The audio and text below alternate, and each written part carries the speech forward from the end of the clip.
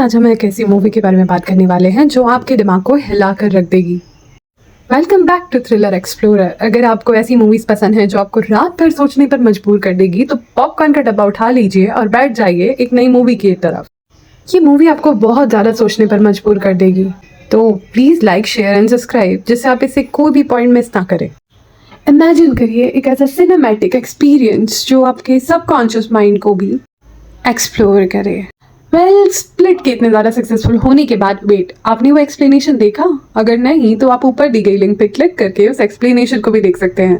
तो कहाँ थे हम? अगर आपने स्प्लिट या फिर उससे पहले अनब्रेकेबल को देखा है तो ये मूवी आपके लिए ज़रूर बनी है। ग्लास सिर्फ एक थ्रिलर मूवी ही नहीं बल्कि ये एक साइकोलॉजिकल माइंड गेम है जिसने गेम और रियलिटी के बीच की लाइन को भी थोड़ा थोड़ा ब्लर कर दिया है। So stay tune and see how glass stand out. आइए मूवी शुरू करते हैं। मूवी की स्टार्टिंग में हम पैट्रिशिया को देखते हैं जिसने 3 लड़कियों को बंदी बना रखा था और लगता है कि वो उन्हें बीस्ट को सेक्रीफाइस करने वाली थी। दूसरी तरफ हम जोसेफ को देखते हैं जो डेविड का बेटा है और दोनों ही मिलकर शहर में होने वाली घटनाओं के ऊपर नज़र रखे हुए हैं और वो इसी बारे में इन्वेस्टिगेशन कर रहे थे कि खोई हुई लड़कियां कहाँ पर मिल सकती हैं।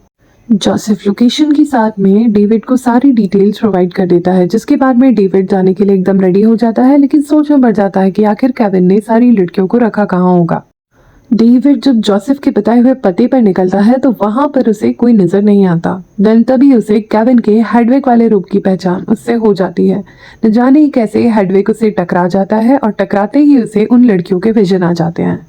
डेविड बिना टाइम वेस्ट किए उस फैक्ट्री में जाकर उन लड़कियों को छुड़ाता है और उन्हें सभी को बचा लेता है, लेकिन तभी न जाने कैसे वहां पर केविन की सबसे ज्यादा स्ट्रॉन्गेस्ट पर्सनालिटी द बीस्ट आ जाती है। तभी बीस्ट और डेविड के बीच में झगड़ा शुरू हो जाता है जहां पर डेविड बीस्ट का सामना नहीं कर पाते हैं, लेकिन तभी दोनों लड़ते लड़ते उस बिल्डिंग के बाहर गिर पड़ते हैं जहां पर हम देखते हैं कि वहां पर ऑलरेडी एक साइकियाट्रिस्ट मौजूद थी जिन्होंने बीस्ट पर कुछ ऐसी लाइट्स डाली जिसके कारण उसका वो रूप वहीं पर खत्म हो गया और वो बैरी के रूप में बाहर आ गया। बैरी पुलिस के सामने वहीं पर सरेंडर कर देता है। तभी डॉक्टर डेविड को भी वहीं पर सरेंडर करने के लिए बोलती है जिसके लिए वो मना कर देता है। हमें पता चलता है कि डॉक्टर कोई और नहीं बल्कि डॉक्टर एलिडेल्फिया एक साइकियाट्रिस्ट है। डेविड को भी वहीं पे सरेंडर करना पड़ता है और दोनों को ही हॉस्पिटल ले जाया जाता है ताकि दोनों की सुपर पावर को स्टडी किया जा सके। डॉक्टर एली फाइनली दोनों से मिलती है और दोनों को यहाँ पर लाने का कारण बताती है। वो बताती हैं कि वो काफ़ी समय से ऐसे लोगों से काम कर रही हैं जो खुद को सुपर हीरोज मानते हैं या फिर जिन्हें लगता है उनके अंदर कोई सुपर पावर है। वो ये भी बताती हैं कि ऐसे लोगों के अंदर जो भी प्रॉब्लम है उसे रिजॉल्व करके या फिर उनकी गलतफहमियों को दूर करके वो भी एक नॉर्मल जिंदगी जी सके, ऐसा ट्रीटमेंट उनका किया जाए। हमें ये भी पता चलता है कि Elijah also known as mister Glass यानी कि सेम हॉस्पिटल में केविन, डेविड और मिस्टर ग्लास रहते हैं।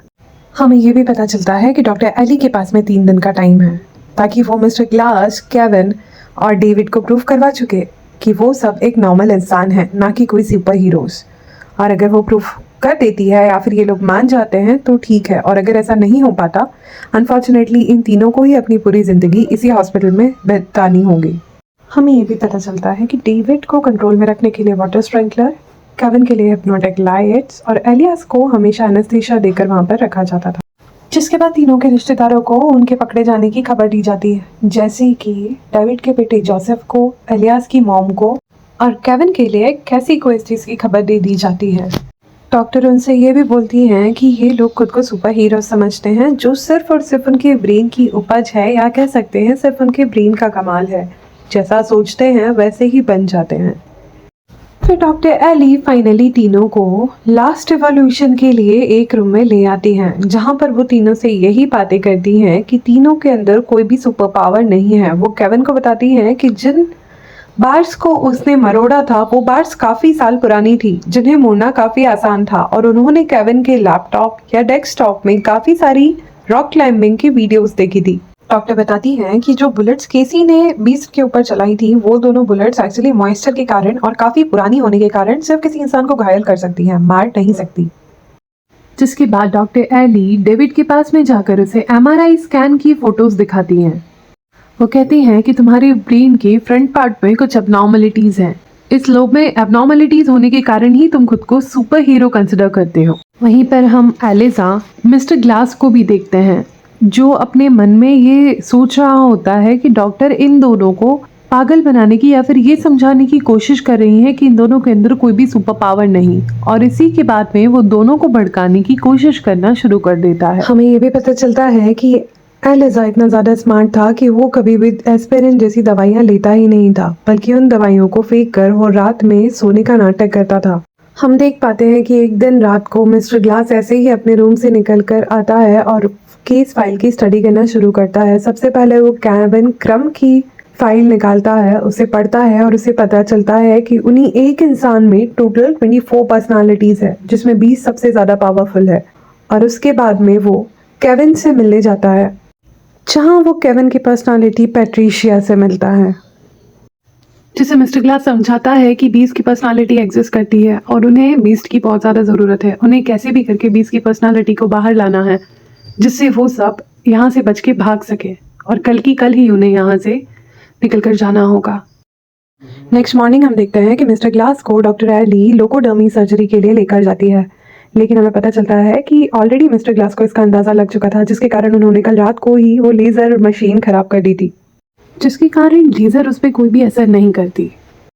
तभी हम एक खाना लेने आए लड़की को एलिजा के पास देखते हैं, जो उसे एलिजा मार देता है और उसे चाबी चुराकर वहाँ से बाहर निकल जाता है।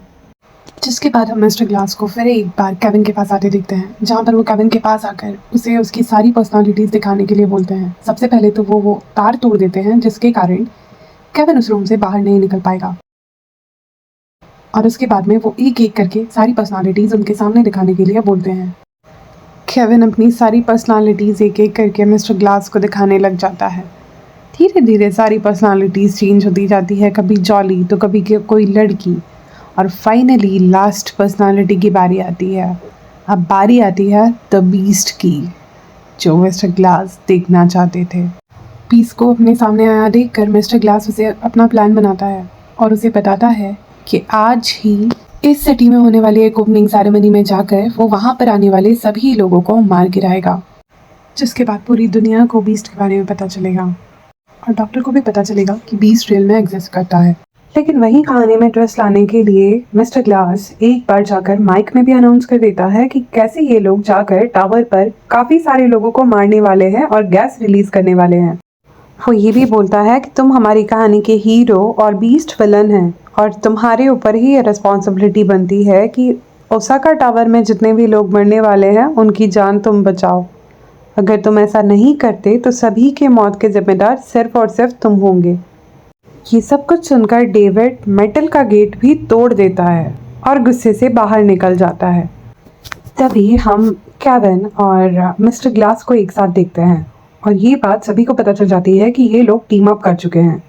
वहीं डॉक्टर को भी कॉल करके ये बात बता दी जाती है कि ये तीनों पेशेंट हॉस्पिटल से गायब हो चुके हैं या भाग चुके हैं। डॉक्टर कॉल करके सिक्योरिटी को इन्फॉर्म करती है कि तीनों ही भाग चुके हैं, वो भी ओसाका टावर की तरफ। उसके बाद में हम देखते हैं कि मिस्टर ग्लास ने ऑलरेडी आकर सिक्योरिटी रूम में कुछ कोड सेंटर कर दिए थे, जिसके कारण सारे सिस्टम हैक हो चुके हैं। वहीं दूसरी तरफ हम केविन को देखते हैं, जो एक एक करके बीस्ट की पर्सनालिटी में सारे ही सिक्योरिटी गार्ड्स को मार रहा था। बीस्ट की पर्सनालिटी देखकर सभी लोग बहुत ज़्यादा डर जाते हैं और सब इधर उधर भागने लगते हैं, लेकिन तभी डेविड भी वहाँ पहुँच जाता है और वो बहुत बुरी तरीके से बीस्ट से लड़ाई करने लग जाता है।